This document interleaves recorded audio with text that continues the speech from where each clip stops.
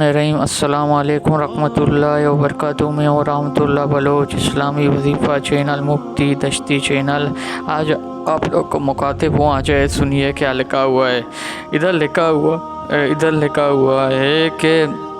ایک افسوسناک پہلو ہمارے معاشرے میں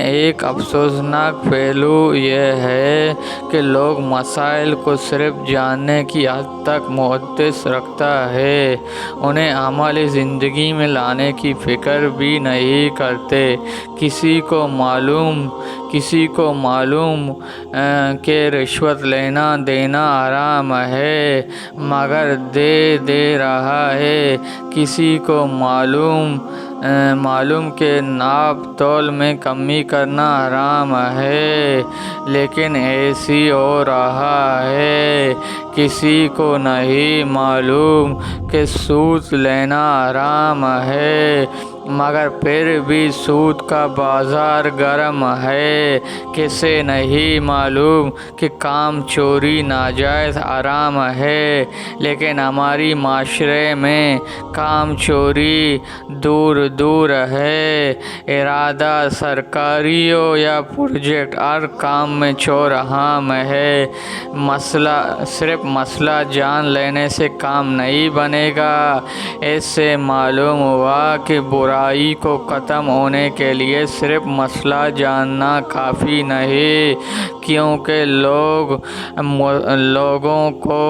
مسئلہ معلوم ہے، اس کے باوجود گناہ ہو رہا ہے، حرام کا ارتکاب ہو رہا ہے، فرض کو چھوڑ جا رہا ہے، ظلم عام ہے، اللہ کے عذاب کا دعوت دیا جا رہا ہے۔ غور کرے معلوم ہو گیا ان گناہوں کی وجہ سے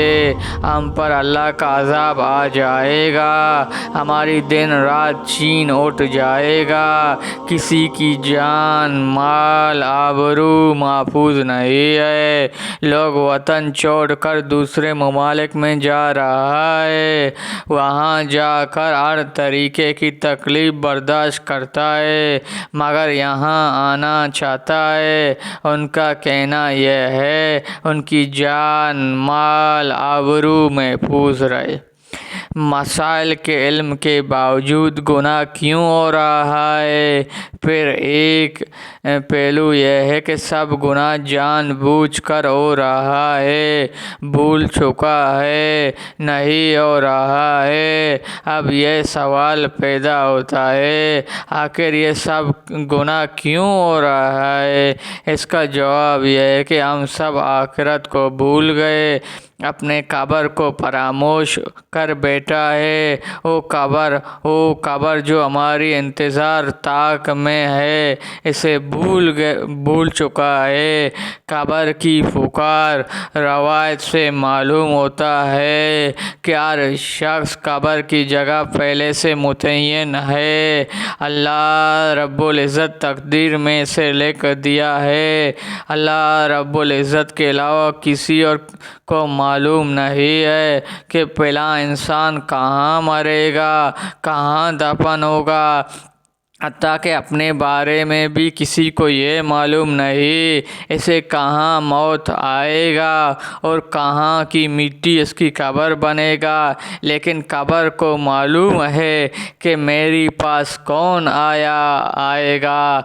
امام غزالی رحمہ اللہ آیات العلوم میں نقل کرتا ہے کہ قبر کی جگہ اپنے اندر آنے والے کو آواز دیتا رہتا ہے، اے فلاں تاریکی اندھا کا گھر ہو، میں تیری انتظار میں ہوں، میری اندر رہنے والے بچھو سانپ بھی تیری منتظر ہے، اللہ کی رحمت بھی منتظر ہے، میری پاس تیار کر آؤ، اگر تیار کر کے آئے گا تو میری بات تیری لیے کھل جائے گا، تاریک روشنی سے بدل جائے گا،